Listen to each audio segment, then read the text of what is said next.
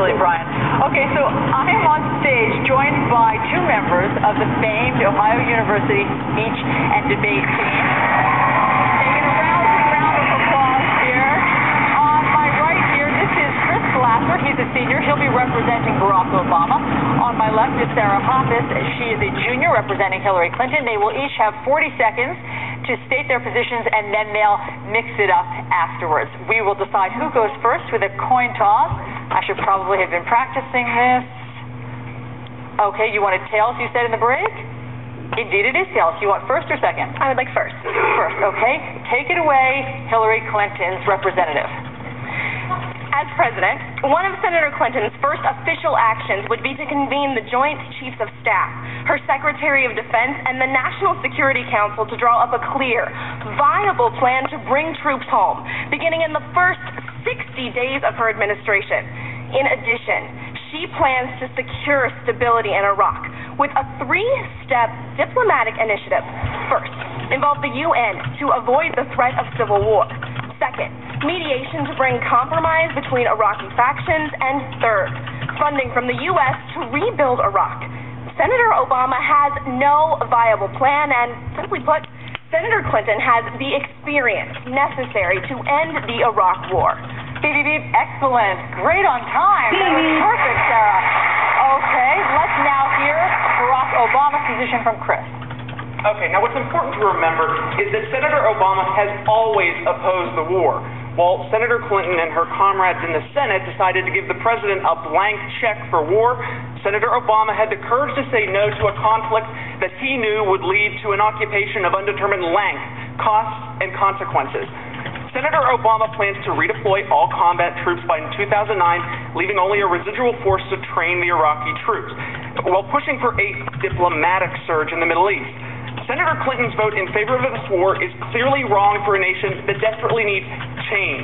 Change that can only come from electing Senator Barack Obama as the 44th President of the United States. That was exactly 40 seconds, Chris. Nicely done. Okay, now comes the portion where you two duke it out. Did you hear something that you'd like to fight it out about? Chris, how does Senator Obama expect to end the war without a viable plan? As I said, Senator Obama has a plan and will begin withdrawing troops immediately upon being inaugurated as president. But Sarah, you talked about Clinton's experience. What good is this experience if it includes voting for President Bush's war? Chris, the voters of Ohio know that Senator Clinton has fought to end President Bush's mismanagement of this war for years now and is equipped to end it. But Sarah, you didn't answer the question.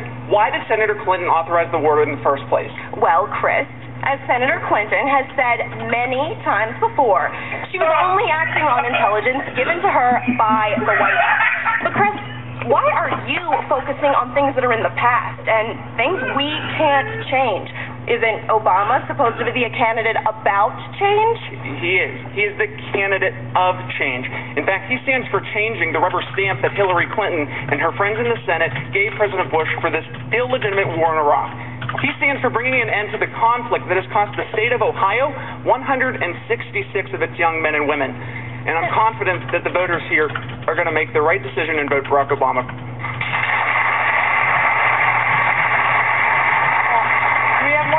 Control room, do we have more time for one last point? Okay, go ahead, Sarah. Chris, Senator Clinton didn't put a rubber stamp on the war, as you say.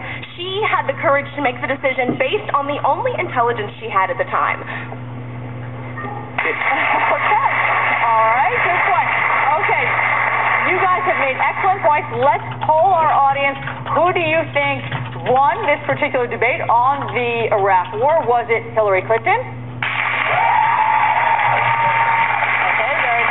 Or was it Barack Obama?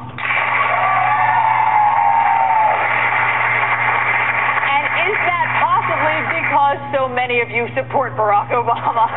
Yay! Okay, thanks so much. You guys were excellent, and we will do this again on the economy an hour from now. Steve, back to you.